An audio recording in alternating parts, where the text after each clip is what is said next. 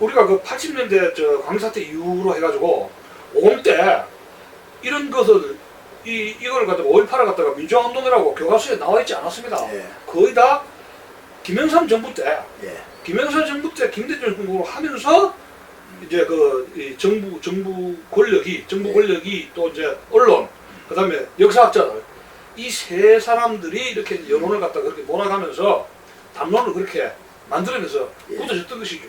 예. 이 문제가 앞으로 우리 사회와 우리 미래에 미칠 영향은 어떻습니까? 여기 진상 규명이라든지. 그러니까 제가 이제 물론 이야기지만 5.18 이 문제 때문에 한국이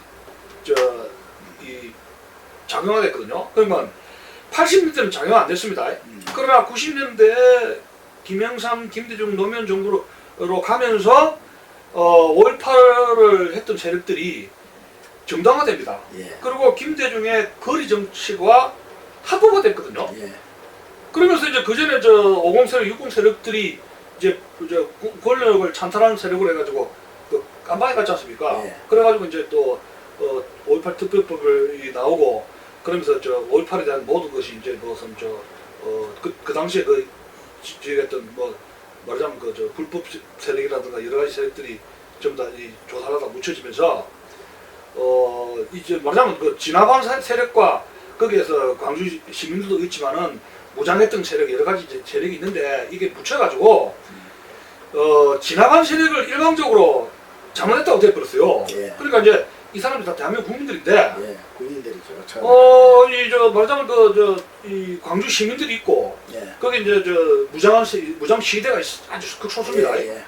예. 그러고 있고 이제 이 광주 또 진화반 군인들이 있는데 일방적으로 진화반 군인들에 대한 증언 이런 거는 완전히 묻혀버렸습니다. 예. 그리고 그 사람들 유가족이라든가 이렇게 해서 이제 병신되거나 엄청나게 깨지거나 이런 사람들이 싹 묻히고 일방적으로 막 5.18 이쪽 세력만 선이고 정인식으로 막 하니까 네. 우리 사회가 굉장히 불균등하게 되죠. 네. 그리고 지금 실제로 5.18에서 처음에 깨지고 이렇게 부상당하고 머리가 깨지고 이런 거는 경찰들, 공수부대들 이런 사람들도 이야기 있어요. 그러면 그 사람들도 이 인권이라는 차원에서 가서 목소리도 갖다 대주고 증언도 들어야 돼요. 네. 그렇지 않습니까?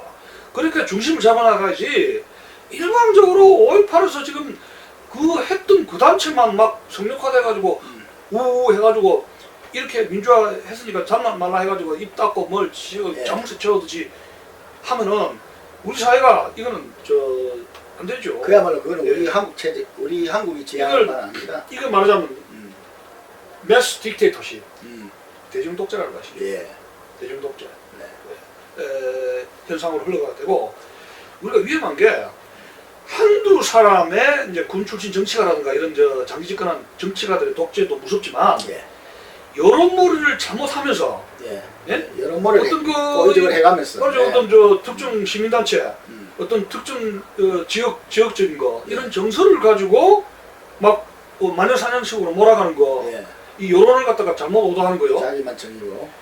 그리고 탈북자들 증언이 나오고 있지 않습니까? 계속 나올 건데. 그러면 나오면은 제가 그 증언을 지지하는 거 아닙니다. 예. 그러면 66명의 지금 행방불명자 있으면은 이 사람들 왜 시체를 찾아달라고 이야기를 안 하냐 이런 이야기입니다. 그 보상을 받고 돈을 받은 것이 다가 아니지 않습니까? 지금 한국전쟁이 끝난 지가 60년 됐죠. 미군들 지금 중공군들 유해도 지금 박근혜 정부가 이번에 시진핑 만나가지고 돈을 준다고 하지 않습니까? 60명이 넘은 중공군 시체나 이 한국 군대가 지금 북한에 가서 지금 뼈가 있지 않습니까? 아우지 탄광에 가서 그거를 시체를 돌려서 운동을 하고 있지 않습니까? 근데 33년밖에 안 됐습니다. 그리고 이 외국에 있는 것도 아니고 달나라에 있는 것도 아니고 그 망원동 그 근처 산에 있는 이게 결국 누가 안매나 했을 건데 이 시체를 찾아달라는 목소리가 왜 없습니까? 그거는 광주시장, 민주당, 예? 그 전남도지사, 국가인권위원회에서 66구 시체를 찾아야 되는 거 아닙니까? 근데 왜 가만히 있냐입니다. 왜? 이거는 있을 수가 없죠. 그럼 누가 이런 생명장을 이런 일을 저질렀냐 이런 이야기입니다. 그게 앞으로. 그러니까 국군이 이렇게 생명을 했는지 제3인물인지 아니면 광주 시민인지 누군가 이 시체를 찾아야 될 거 아닙니까? 이게 저 남극에 있는 것도 아니고 북극에 있는 것도 아닌데 이 시체를 어디서 찾느냐 이야기. 그러면 리스트를 만들어서 몇 살을 누군지 이 60명 리스트를 찾아서 자꾸 요구를 해야 돼. 시체를 찾아달라는 운동을 해야 되는데 왜 가만히 있느냐 이야기입니다. 네. 하여튼 그 90년대 들어가지고 그 법원 판결을 통해서 또 말이죠.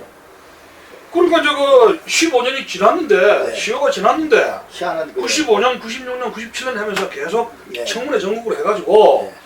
5060 세력이 정권을 내놔 세력 아닙니까? 그렇지.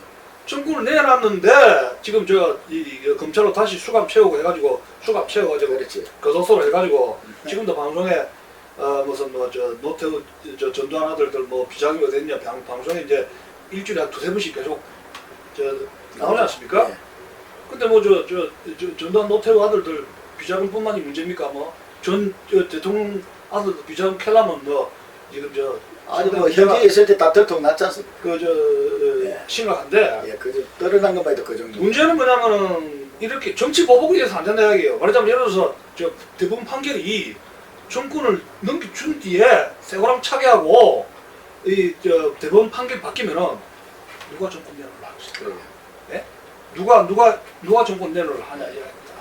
그러면은 법원 판결을 믿을 수가 있느냐 이야기고 아까 제가 지난번에 이야기했지만